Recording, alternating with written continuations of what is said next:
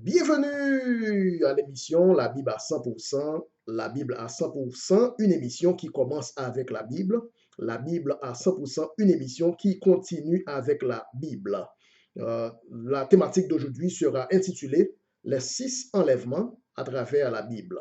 Les 6 enlèvements à travers la Bible et à travers toute la Bible relatait 6 fois, 6 occasions que des des hommes, euh, des croyants enlevés au ciel. Et c'est ainsi que nous pourrons détailler ces enlèvements 6 fois à travers toute la Bible. Parmi 6 enlèvements, ça y a 4 qui produisent déjà. Il y a 2 derniers qui étaient qui pas accomplis. Oui, sujet d'aujourd'hui, les 6 enlèvements à travers la Bible. Tout d'abord, nous voulons donner gloire et honneur à notre Seigneur Jésus-Christ. À lui seul la gloire et l'honneur qui permettent que nous capables là aujourd'hui, dans l'émission La Bible à 100%, rendez-vous la Bible à 100%. Et à lui toute gloire et honneur et que le Seigneur est capable de diriger nous, diriger bouche nous et entendement nous pour nous capables apprendre quelque chose en plus dans la Bible, jeudi, journée, n'a parlé là. Oui, les 6 enlèvements de la Bible. Eh bien, comme nous te disons, que à travers la Bible rapportait un total de 6 enlèvements, 6 occasions que des mondes enlevés au ciel. Mais attention, là n'a parlé de enlèvement, n'a parlé de enlèvement physique. Parce que il y a des gens qui allaient au ciel dans la Bible spirituellement, mais corps physique, yo, pas monter dans le ciel. Donc, nous voulons très précis, avant de nous parler de enlèvement, nous voulons définir ça veut dire dans la Bible, c'est enlèvement physique, du corps physique, enlevé, et non, ça nous relève un voyage dans le temps, et non, ça nous relève un voyage dans l'esprit. Nous connaissons que l'apôtre Paul était allé au 3e ciel. Mais ce n'était pas un enlèvement. Ce n'était pas un enlèvement, car c'était dans l'esprit. Ensuite, nous connaissons dans le livre de l'Apocalypse, Jean était monté au ciel jusqu'au trône. Il était les 24 vieillards, mais ce n'était pas un enlèvement, car c'était dans l'esprit. Nous allons faire différence entre enlèvement et lorsque un monde monte dans le ciel en esprit. Nous allons le verset. C'est Apocalypse 4, versets 1 et 2. Apocalypse 4, versets 1 et 2. Après cela, je regardais et voici une porte était ouverte dans le ciel. La première voix que j'avais entendue, comme le son d'une trompette qui me parlait, dit, monte ici, je te ferai voir ce qui doit arriver dans la suite. Verset 2, aussitôt je fus ravi en esprit. Aussitôt je fus ravi en esprit. Et voici, il y avait un trône dans le ciel et ce trône, quelqu'un y était assis. Donc voilà, nous avons fait une première différence entre l'enlèvement et le ravissement en esprit.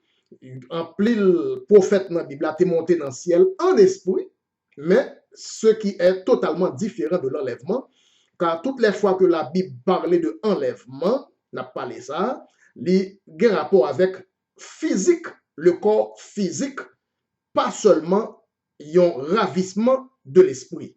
Nous allons côté l'apôtre Paul aussi était ravi en esprit. À l'époque, ce n'était pas un enlèvement, ce n'était pas typiquement l'enlèvement que nous avons étudié aujourd'hui là. Nous allons voir ça dans 2 Corinthiens 12, versets 1 et 2. 2 Corinthiens 12, versets 1 et 2. Il dit, il faut se glorifier. Cela n'est pas bon. Cela n'est pas bon de se glorifier, mais j'en viendrai néanmoins à des visions et à des révélations du Seigneur. Je connais un homme en Christ qui fut il y a 14 ans, ravi jusqu'au troisième ciel. Et si ce fut dans son corps, je ne sais. Si ce fut hors de son corps, je ne sais. Dieu le sait. Donc, nous avons fait différence entre l'enlèvement et le ravissement.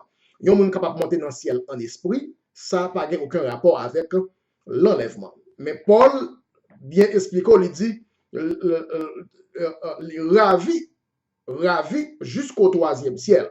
Si c'était dans le corps, parce que là, on monde ravi dans l'esprit, l'expérience tellement vivide où tu es capable même penser que c'est corps qui montait dans le ciel. Malgré tout, cependant, c'est l'esprit, c'est un ravissement. À ne pas confondre l'enlèvement et le ravissement.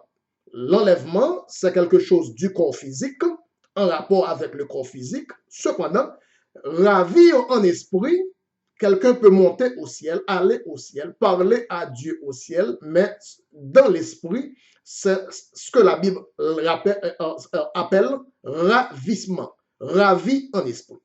Donc, OK, maintenant, nous sommes capables de bien chita continuer avec l'étude de l'enlèvement. Après, nous finissons faire différence entre l'enlèvement et le ravissement en esprit. Donc, première fois que la Bible rapportait un enlèvement, nous pouvons aller par ordre chronologique, nous pouvons aller tout d'abord dans Genèse 5, côté Enoch. Enoch a été enlevé physiquement, le corps physique. Genèse 5, versets 23 et 24. Tous les jours d'Enoch furent de 365 ans. Genèse 5, verset 24. Enoch marcha avec Dieu, puis il ne fut plus parce que Dieu le prit. Donc, combien de monde qui a participé dans le premier enlèvement à travers la Bible? C'était une seule personne, Enoch. Son nom, c'est Enoch.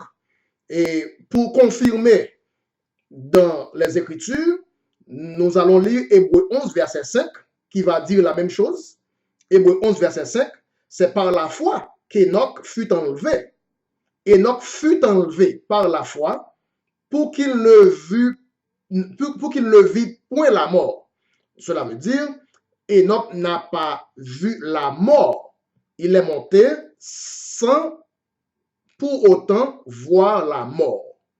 Et c'est par la foi qu'Enoch fut enlevé pour qu'il ne vit point la mort et qu'il ne parut plus parce que Dieu l'avait enlevé.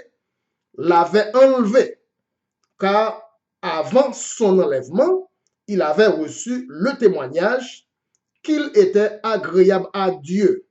Donc, la première personne à être enlevée, a participé dans le premier enlèvement d'abord. Et combien y avait-il de personnes? Une seule personne, c'était Enoch. Maintenant, nous allons dans le deuxième enlèvement, la deuxième occasion qu'un être humain a été enlevé au ciel. C'est 2 Rois 2, versets 10 et 11. 2 Rois 2, versets 10 et 11. Élie dit, tu demandes une chose difficile, mais si tu me vois pendant que je serai enlevé d'avec toi, cela t'arrivera ainsi, sinon cela n'arrivera pas. Verset 11, 2 Rois 2, verset 11. Comme ils continuaient à marcher en parlant, voici, un char de feu et des chevaux de feu les séparèrent l'un de l'autre. Élie monta au ciel. Élie monta au ciel dans un tourbillon. Élie monta au ciel.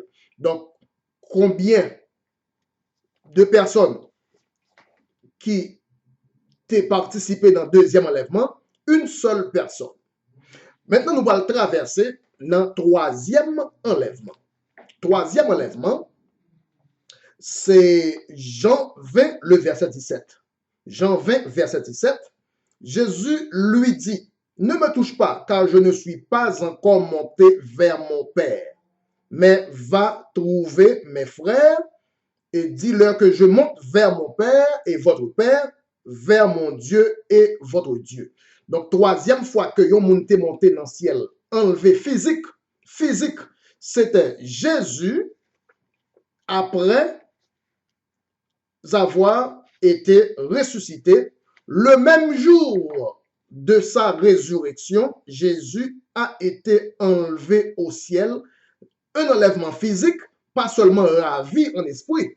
Ce n'était pas en esprit, mais c'était physique. Jésus est monté au ciel le même jour, le même dimanche, après avoir été vivant, revenu de la mort, après sa résurrection, le même jour de sa résurrection. Donc, Jésus est enlevé, le troisième enlèvement de la Bible, c'est Jean 20, verset 17. Jésus enlevé le même jour de sa résurrection, et c'est pourquoi Jésus dit à la femme, ne me touche pas, ne me touche pas, car je ne suis pas encore monté vers mon Père. Ainsi, Jésus, après avoir monté vers le Père, pour présenter le témoignage de sa résurrection, le témoignage de son immolation et le témoignage de la rédemption, c'est ainsi, le même jour, il est revenu sur terre et c'est ainsi, 40 jours plus tard, Jésus va remonter. 40 jours plus tard, ce sera le quatrième enlèvement, la quatrième fois qu'un être physique, qu'un corps physique est monté au ciel. Donc, nous allons étudier le quatrième enlèvement de la Bible. Luc 24, verset 50-51. Luc 24, verset 50-51. Jésus les conduisit jusque vers Béthanie et ayant levé les mains, il les bénit. Et pendant que Jésus les bénissait, Jésus se sépara des disciples et fut enlevé au ciel. Donc, le troisième enlèvement, Jean 20, verset 17, c'était quand? Le même jour de la résurrection de Christ. Le quatrième enlèvement, c'était quand? C'est 40 jours après la résurrection de Christ. Luc 24, versets 50 et 51. C'est-à-dire, entre le troisième et le quatrième enlèvement, il y a un intervalle de 40 jours, comme décrit par la Bible, Acte 1er, verset 3. Acte chapitre 1er, verset 3.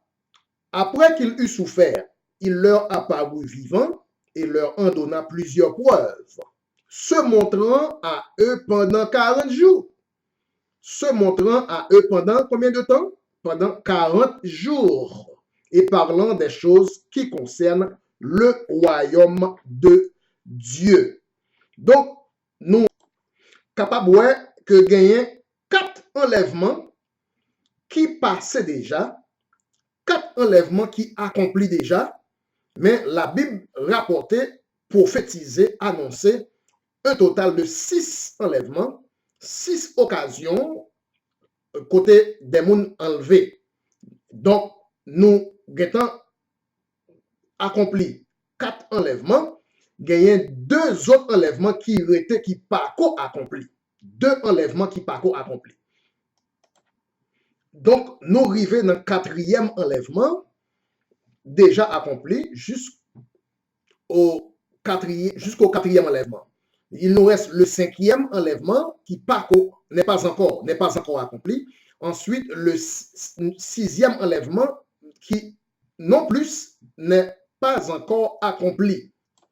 Mais avant même d'étudier le 5e et le 6e enlèvement, des détails, il y a des détails en plus, des détails supplémentaires concernant le 4e enlèvement.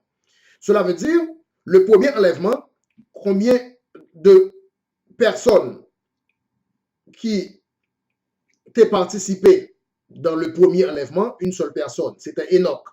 Le deuxième enlèvement, combien de personnes a participé au deuxième enlèvement? Une seule personne, c'était Élie, le prophète Élie seulement. Et le troisième enlèvement, combien de personnes a participé? C'était seulement Jésus. Cependant, à la différence, le quatrième enlèvement, le quatrième enlèvement, ce n'était pas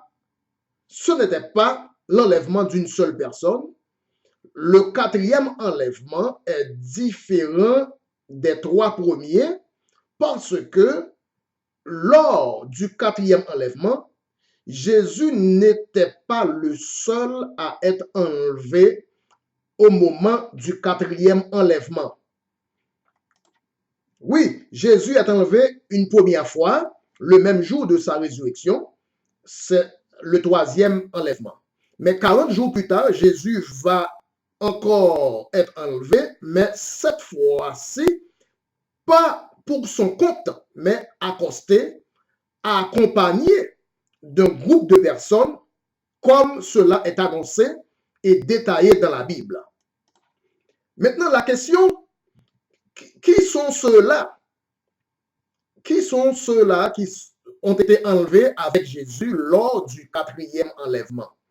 Et songez que il y a un groupe de personnes qui étaient ressuscités à côté de Jésus-Christ le jour même que Jésus lui-même était ressuscité.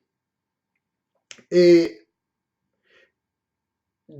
ça vient permettre de nous poser la question, moun sa yo qui était ressuscité avec Jésus, à côté de Jésus, le jour de la résurrection de Jésus, où sont-ils? Que sont-ils devenus? Parce que nous, pas jamais tendez prédicateurs parler de moun sa yo. Oui, la Bible dit au ressuscité, et nous parlons dans qui verset la Bible dit ça. Et c'est ainsi nous allons déterminer tout. Qui moun qui était enlevé avec Jésus, le quatrième enlèvement, au temps du quatrième enlèvement, Jésus n'était pas le seul à participer au quatrième enlèvement. Jésus était accosté, accompagné d'un groupe de gens. Mais qui sont ces gens-là qui ont accosté Jésus lors du quatrième enlèvement? Et nous avons commencé à déterminer que, c'est un groupe de monde qui est ressuscité avec Jésus le jour de la résurrection. Donc, ces gens-là, côté sur la terre, est-ce qu'il a marché, fait va-et-vient sous terre toujours, après 2000 ans, presque, depuis qu'ils ont ressuscité, est-ce que moun sa yo tout est retourné mourir une deuxième fois? Parce que il faut que nous cherchions dans la Bible. La Bible pas un conte de fées, la Bible pas un journal. La Bible c'est un livre complet, car la Bible explique la Bible. La Bible est connectée avec la Bible. On nous lit tout d'abord qui côté la Bible parlait de groupe de monde qui était ressuscité le même jour avec Jésus-Christ.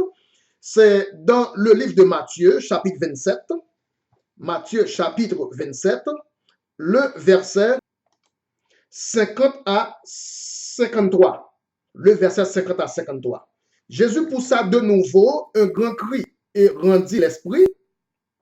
Et voici le voile du temple se déchira en deux, depuis le haut jusqu'en bas. La terre trembla, les rochers se fondirent, les sépulcres s'ouvrirent et plusieurs corps des saints qui étaient morts. Plusieurs corps des saints qui étaient morts ressuscitèrent. Plusieurs corps des saints qui étaient morts ressuscitèrent le même moment après que Jésus ait poussé le cri. Jésus poussa un grand cri et les sépulcres s'ouvrirent et plusieurs corps des saints qui étaient morts ressuscitèrent, étant sortis des sépulcres après la résurrection. Ils entrèrent dans la ville sainte et apparurent à un grand nombre de personnes. Ces gens-là, après avoir été ressuscités, après leur résurrection, ils entrèrent dans la ville sainte, c'est-à-dire Jérusalem, et apparurent à un grand nombre de personnes. Donc, tu as un groupe de monde qui était ressuscité à côté de Jésus-Christ, le même moment avec Jésus-Christ, levé du tombeau avec Jésus-Christ. Très bien. Mais Jésus n'était pas mort, ressuscité pour remourir une deuxième fois. Donc Jésus n'a pas ressuscité une deuxième fois. Non plus, groupe moun sa yo qui était ressuscité le même moment avec Jésus, yo pas ressuscité pour yo mourir une deuxième fois. Donc moun sa yo ressuscité pour toujours. Mais qui côté yo yé, depuis lors, qui côté moun sa yo yé, qui sa yo devenu, est-ce qu'il a marché sous terre toujours, ou bien qui côté la Bible pourra dire nous, qui côté yo yé. C'est là qu'on a étudié quatrième enlèvement. C'est lui-même qui est plus difficile à étudier parce que dans le quatrième enlèvement, il y a un groupe de monde qui était accompagné, accosté Jésus lors du quatrième enlèvement. Et c'est ce groupe de monde ça que nous avons cherché, déterminer, identifier qui monde que yo yé. Qui sont ces gens-là?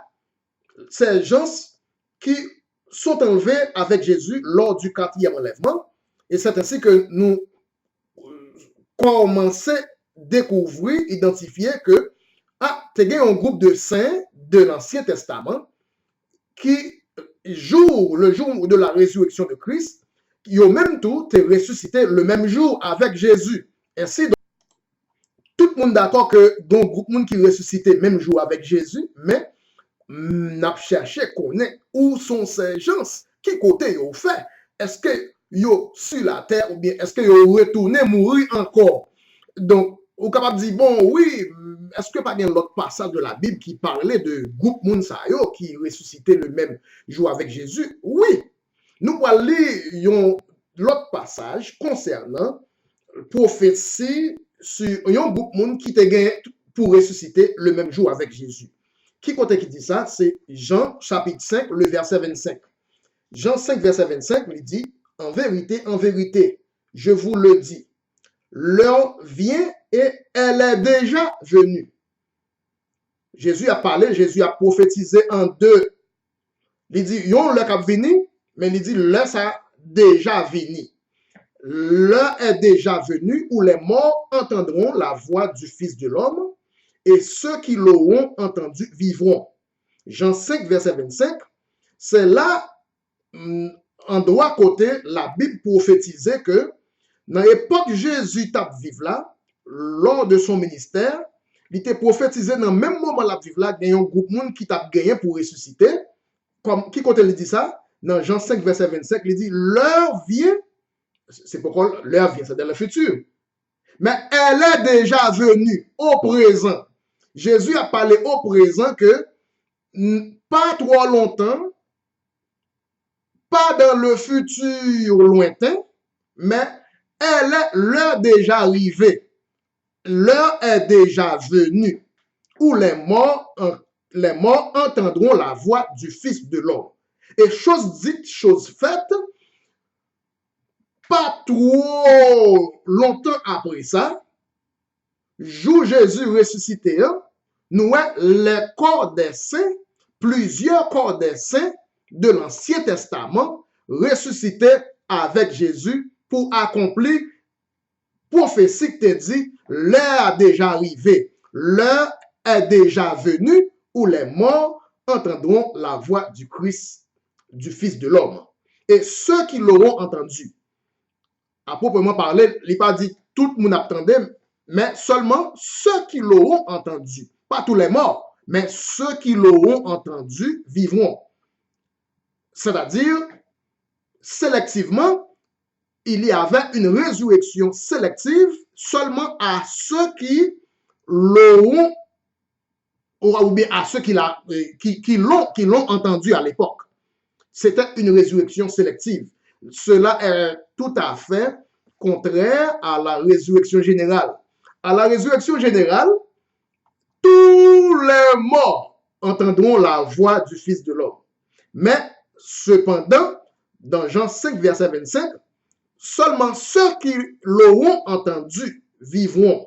seulement ceux qui l'auront entendu, pas tous les morts, pas tous les morts, parce que ce n'était pas encore le temps où tous les morts devront lever ou devront sortir de la tombe.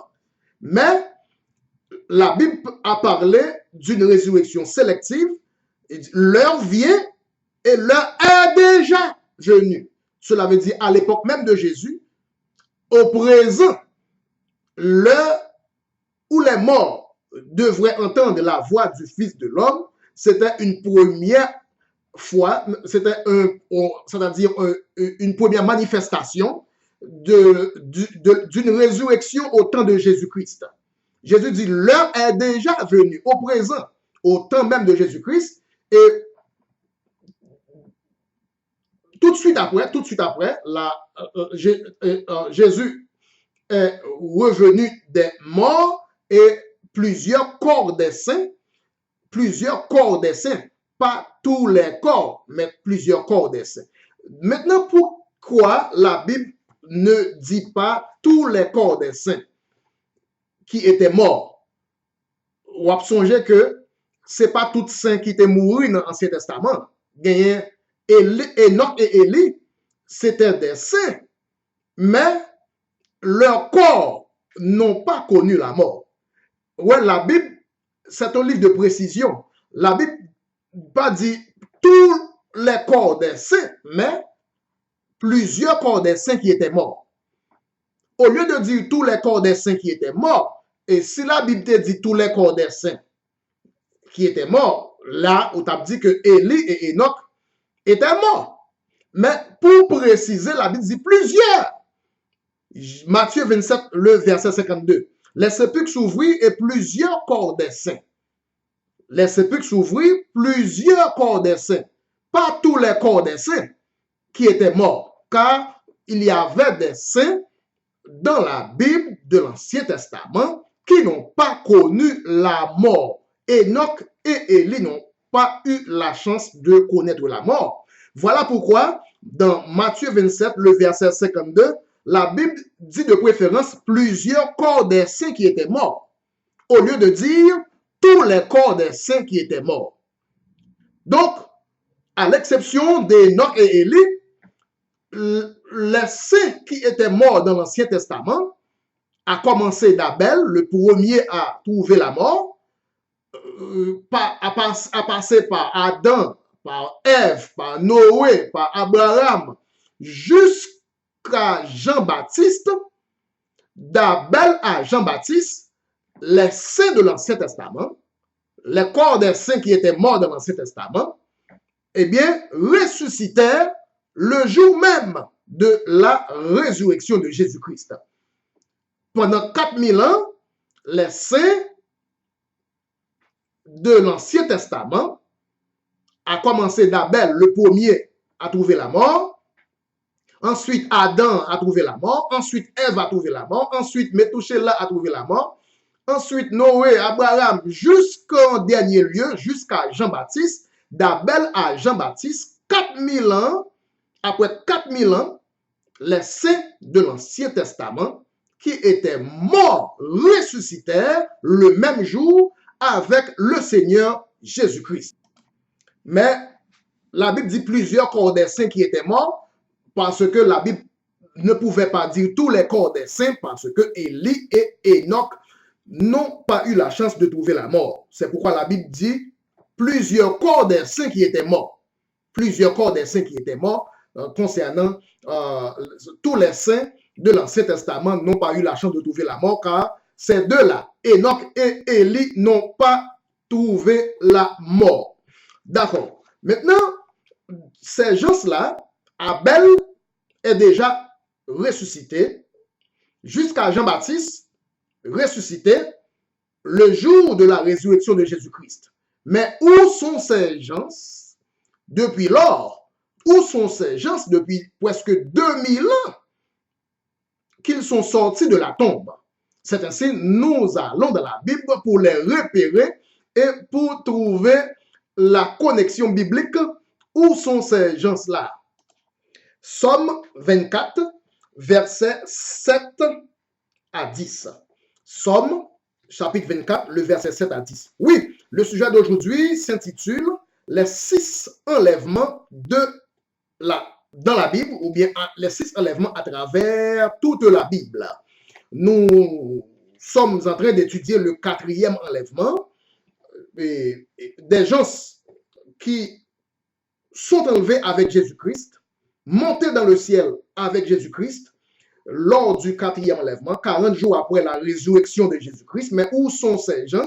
Et nous en train de découvrir les passages de la Bible qui relatent de ces gens. Nous allons lire Somme 24, le verset 7 à 10. Portes, élevez vos linteaux, élevez-vous, portes éternelles, que le roi de gloire fasse son entrée. Qui est ce roi de gloire? L'Éternel fort et puissant, l'Éternel puissant dans les combats. Verset 9. Portes, élevez vos linteaux, élevez-les, portes éternelles. Que le roi de gloire fasse son entrée. Qui est donc ce roi de gloire? L'Éternel des armées, voilà le roi de gloire. À 2 reprises, les portes éternelles, les linteaux des portes célestes ont été déplacés pour laisser ouvrir les portes. 2 fois. Premièrement, dans le verset 7, porte, élevez vos linteaux. Pour une seconde fois, dans le verset 9, porte, élevez vos linteaux. En 2 reprises, en 2 temps différents. Les portes, les linteaux de ces portes se sont excusés pour laisser passer le Seigneur de gloire. Ce passage est en rapport direct avec le 3e et le 4e enlèvement. Le 3e enlèvement, Jésus est passé à travers les portes éternelles pour une première fois. Porte, élevez vos linteaux, Somme 24, verset 7. Mais avant de passer, Jésus devait s'identifier. Et c'est ainsi, qui est ce roi de gloire? C'est l'Éternel fort et puissant, l'Éternel puissant dans les combats. Donc, seulement l'Éternel a traversé les portes éternelles la première fois que ces portes-là se sont excusées. Pas vrai? Ok. Maintenant, pour une seconde fois dans le verset 9, porte, élevez vos linteaux en 2 reprises. Mais, à la différence, dans le verset 9, la deuxième fois que les portes éternelles étaient supposées l'ouvrir, deuxième fois que les linteaux des portes étaient supposés déplacer, ils ont demandé l'identification de la personne qui doit passer à travers ces portes. Qui est ce roi de gloire? L'Éternel des armées. Donc, nous avons une différence, une nuance là. La première fois que porte éternelle l'ouvrit, qui est ce roi de gloire? C'était l'Éternel fort et puissant. Cependant, dans le verset 9, porte l'ouvrit encore. Porte l'ouvrit une deuxième fois, mais cette fois-ci, c'est pour l'Éternel des armées. L'Éternel des armées veut dire l'Éternel accompagné d'armées, accosté d'armées. Pas seulement l'Éternel, mais l'Éternel des armées. Donc, les portes éternelles, pendant deux fois, les portes éternelles se sont ouvertes. La première fois, le Seigneur entrait à travers les portes éternelles, c'était seulement le Seigneur de gloire. L'Éternel fort et puissant. Une seule personne. Mais la seconde fois que les portes éternelles pour ouvrir, c'était pour laisser passer le Seigneur ou bien l'Éternel des armées. toutes les fois que nous voyons l'Éternel des armées, ce mot veut dire l'Éternel avec, accompagné, accosté avec des armées. Donc, qui sont ces armées-là qui ont accompagné, accosté l'Éternel des armées lors de l'ouverture, de la deuxième ouverture des portes éternelles? À ne pas oublier que les portes éternelles se sont ouvertes combien de fois? 2 fois. La première fois, le verset 7, Somme 24. Ensuite, la deuxième fois, le verset 9, Somme 24. La première fois, le verset 7. Ensuite, 40 jours plus tard, les portes éternelles. 40 jours plus tard, les linteaux des portes éternelles pour laisser passer l'Éternel encore. Mais quand exactement 40 jours après la première rentrée, 40 jours après que porte éternelle, première fois que porte éternelle était rentrée, nous connaissons, c'était lorsque Jésus, le même jour de sa résurrection, Jésus est monté au ciel. À l'époque, c'était l'Éternel fort et puissant. Une seule personne montée au ciel à l'époque. Ensuite, 40 jours après cet événement, 40 jours plus tard, Jésus-Christ va remonter encore, mais cette fois-ci avec un groupe de monde. C'est pourquoi il dit l'Éternel des armées, ou bien l'Éternel avec un groupe d'armées, ok, en train de monter au ciel. Donc, nous avons découvert que le groupe de monde qui montait avec Jésus dans Somme 24, verset 9, c'est pas qu'à l'autre groupe de monde que ces gens-là qui sont sortis des tombeaux, sortis de la tombe, le jour même de la résurrection de Jésus-Christ. Ils sont apparus à plusieurs. Ils sont entrés dans la ville, mais à l'heure de l'enlèvement de Jésus, 40 jours après la résurrection de Jésus-Christ, ils ont accompagné le Seigneur et ont monté avec Jésus, porte élevée voletto pour laisser passer le Seigneur des armées, l'Éternel des armées.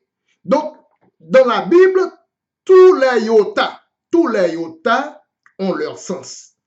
Des fois, en pile monde lit la Bible en négligeant les yotas.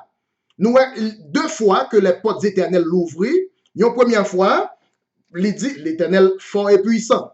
Deuxième fois que les portes éternelles levaient les taux pour laisser passer, c'était l'Éternel des armées maintenant. C'était l'Éternel des armées. L'Éternel des armées, ça veut dire l'Éternel accompagné d'armées, accompagné, accosté de personnes. Ce n'était pas seulement l'Éternel lui seul, mais c'était l'Éternel des armées. Donc voilà pourquoi les portes éternelles se sont ouvertes 2 fois.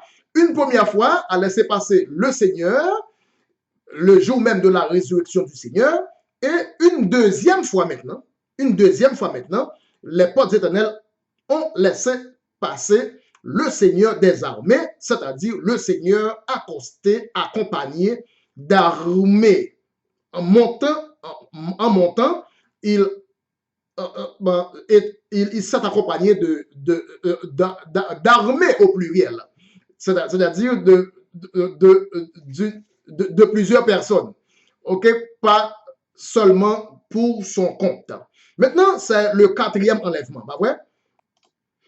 Maintenant, le 5e enlèvement de la Bible, c'est 1 Thessaloniciens 4, verset 15 à 17.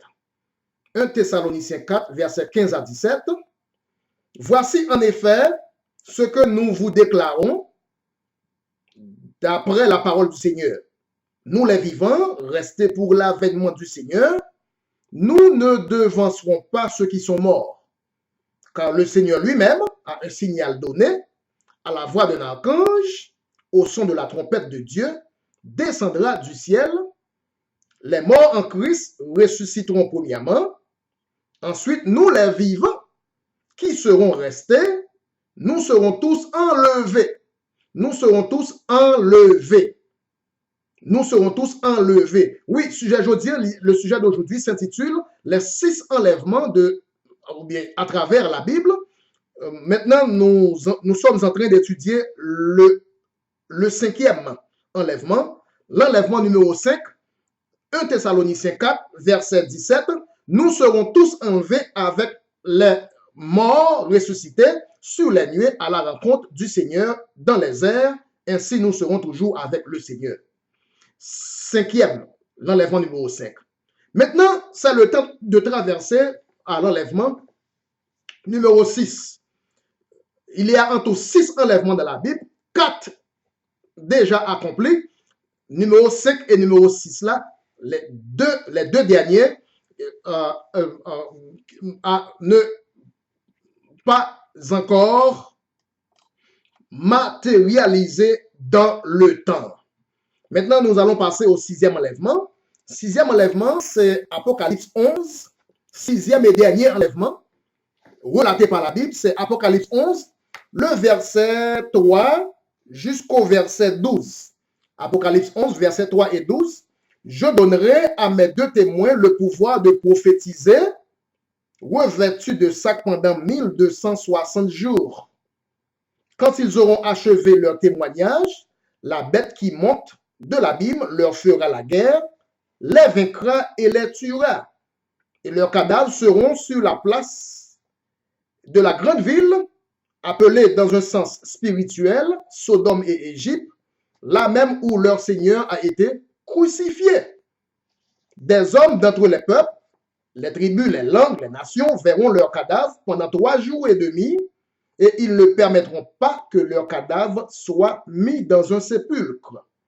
Et à cause d'eux, les habitants de la terre se réjouiront, seront dans l'allégresse. Ils s'enverront des présents les uns aux autres parce que ces 2 prophètes ont tourmenté les habitants de la terre. Après les 3 jours et demi, un esprit de vie venant de Dieu entra en eux et ils se tinrent sur leurs pieds. Une grande crainte s'empara de ceux qui les voyaient et ils entendirent du ciel une voix qui leur disait « Montez ici ». Et ils montèrent au ciel. Ils montèrent au ciel dans la nuée et leurs ennemis les virent. Apocalypse 11, verset 12. Apocalypse 11, verset 11 et 12. 6e enlèvement. Combien de personnes ont participé dans le 6e et dernier enlèvement? Les 2 prophètes, les 2 derniers prophètes de l'Apocalypse, qui seront envoyés pour les Juifs, qui seront envoyés pour Israël. Ce seront les 2 témoins qui apporteront le témoignage de Jésus-Christ aux Juifs, car à présent, les Juifs refusent de croire que Jésus était effectivement leur sauveur. Donc, il va falloir envoyer 2 témoins pour les convaincre, et c'est ainsi, après avoir prophétisé pendant 1260 jours, ils connaîtront la mort, mais 3 jours et demi plus tard, ils lèveront sur leurs pieds et ils entendirent, ils auront à entendre, bien entendu, parce que l'hypocrite accompli, mais leur appelé selon vision, la vision mettait comme quoi quelque chose, une histoire à relater. Donc, ils entendirent du ciel une voix qui leur disait « Montez ici » et ils montèrent. Ils montèrent au ciel dans la nuée et leurs ennemis les virent. Donc, pas oublier, lorsque vous relatez une histoire, vous relatez une vision, côté ouais, toute bagaille que vous mettez et ça nous relève au passé simple, le plus souvent, en français. En anglais, c'est l'autre forme, pas vrai? Mais le fait que nous avons verbe là au passé, pas veut dire que l'y a accompli déjà. C'est que Jean a relaté vision, mais ça a été ouais, dans vision. Mais dans l'accomplissement, cela ne veut pas dire que vision déjà accompli déjà. Donc, pendant que nous parlé là, il y a un total de 6 enlèvements. Il y a un total de 6 enlèvements à travers toute la Bible.